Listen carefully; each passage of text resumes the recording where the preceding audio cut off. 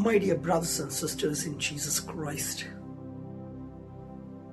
a very good morning to each and every one of you. Today the Mother Church is celebrating a great feast of Maundy Thursday, the day we believe Christ broke himself and gave to his own people.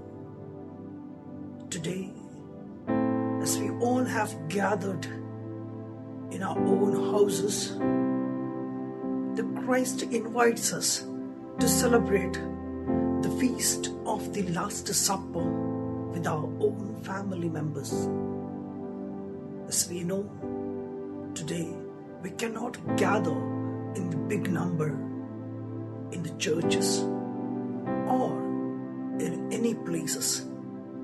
But yet Christ wants us to celebrate this feast of the Last Supper. Then how will I celebrate this Last Supper without going to the church, being in the house with my own people, my brothers and sisters, my parents, with my in-laws? How am I going to celebrate this Last Supper? We know what happened in the Last Supper. Christ broke himself and gave himself to his own disciples. Today, Christ wants us to break ourselves and to give ourselves to our own people, maybe to our brothers and sisters, maybe our friends, maybe to our own parents, maybe to our own children, and maybe to our own in-laws. As I am a follower of Christ, have I broken myself to give to the others? Let us examine ourselves and examine our conscience and find out how much have I broken myself to uplift my own people. Christ said on the day of Last Supper, he took the bread, he gave the blessing, broke the bread, gave it to his disciples, saying, "Take this and do this in memory of me." In other words, it is not only the institution of the Holy Eucharist, my dear brothers and sisters. It is Christ asks us to break ourselves every day, every moment of our life, to bring newness in our families. Christ asks us to break ourselves and to start anew for our own families. Christ asks us to break ourselves for our brothers and sisters, for our relatives, for our near and dear ones, for our parents, for our enemies, maybe including for our own self. Have I broken myself to uplift my in-laws? Or am I yet living with my in-laws with anger, grudge? Am I yet living with my parents with that anger and grudge? Am I living with my wife? Am I living with my husband with that anger and grudge, where I don't want to break myself and to bring a new life into them? How much do I pray to the Lord when I go into the times of trials and temptations, when I go in the times of difficulties? Do I really pray to the Lord to help me out, to come out from all these situations? Or am I just living because I have to live? There's a story goes like this. You might have heard. A lady who used to go to the church every day during the time of Lenten season, and used to pray the rosary, and used to pray the way of the cross, all kind of novenas, mass, everything. A parish priest who has been observing this lady was very happy to see this lady because she was doing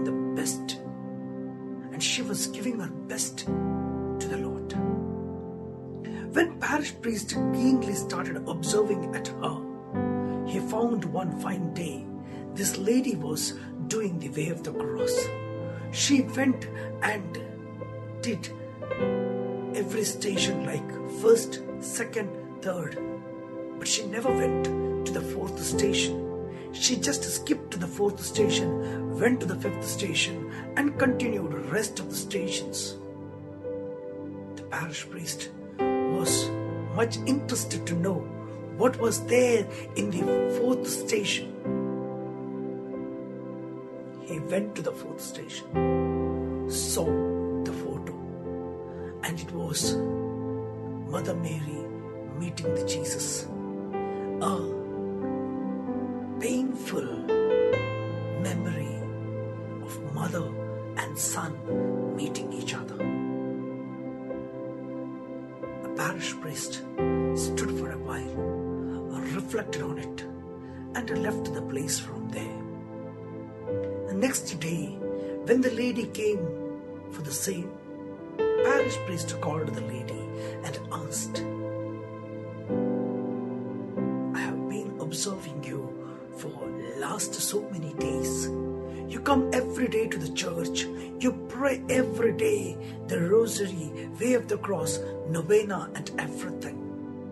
But I found you that you skipped to the fourth station and went to the fifth station on the way of the cross. I went and observed, and I saw that Mother Mary and Jesus meeting each other. I think some tragedy might have taken place in your life too. Is it something wrong?" Then the lady replied to the priest, "Father, nothing of that sort exactly happened. That photo which is on the wall hanging there in the church was given by my neighbor, and her name is mentioned below the photo. Whenever I go and stand before that photo, that name comes into my sight, with whom I don't speak for years.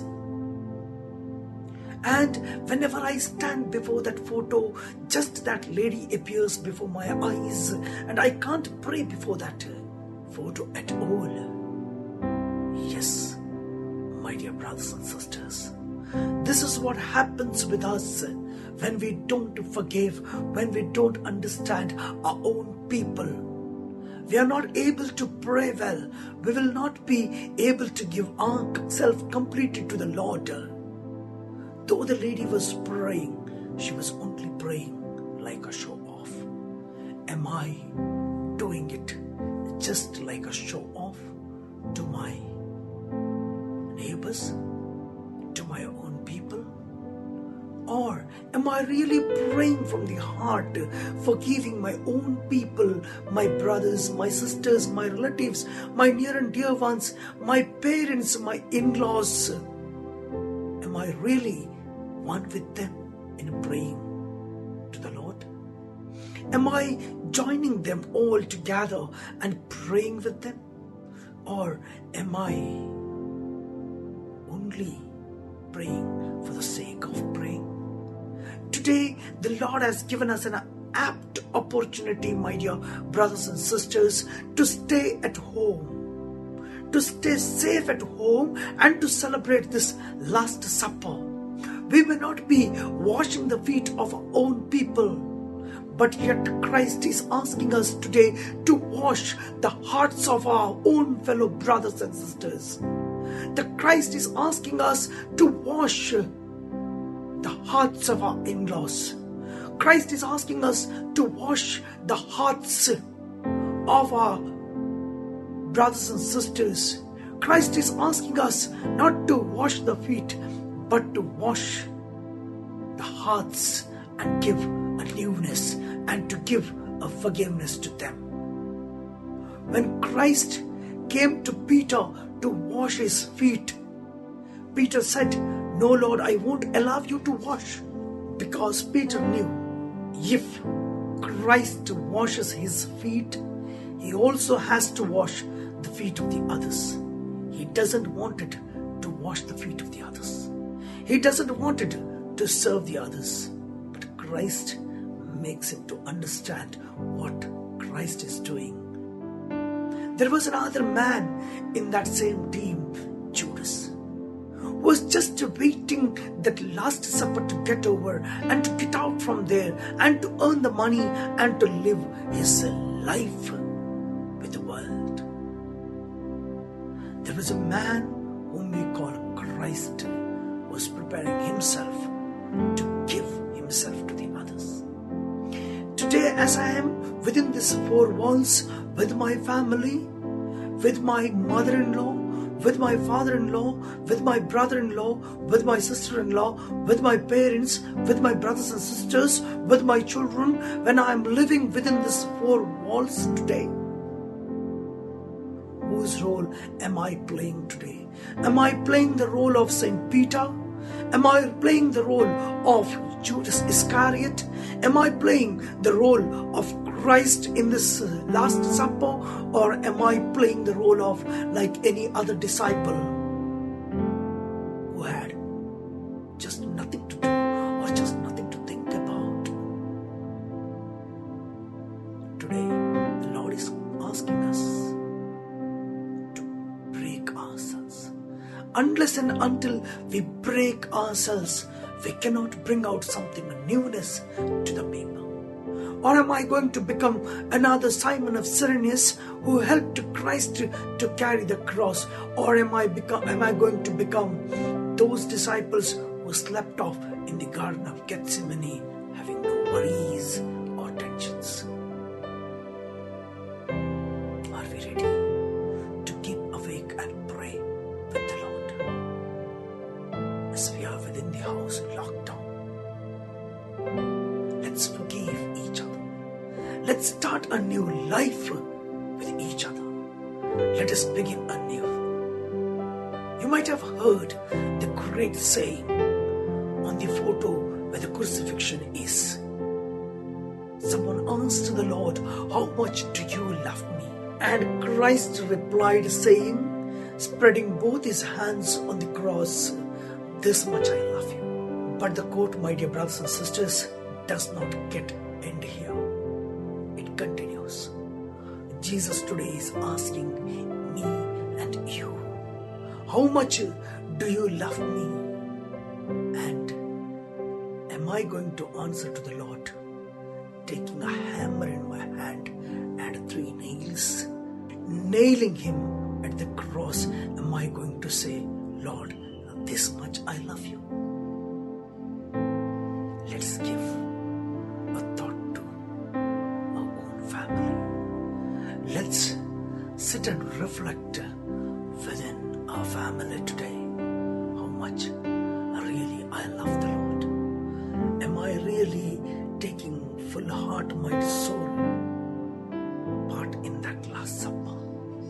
Am I going to be one with that Last Supper where Christ is asking us to forgive each and every one and to start anew and to break ourselves and to begin anew and to give ourselves to our own people and to have a newness of life and the forgiveness, as the world is in need of the forgiveness. Let us begin this forgiveness in our families, among our brothers and sisters. Give ourselves to my mother-in-law. Let me give myself to my father-in-law. Let me give myself to my daughter-in-law. Let me give myself to my son-in-law. Let me give myself to my father and mother, my parents. Let me give myself to my children. As we have gathered today within these 4 walls, let us break ourselves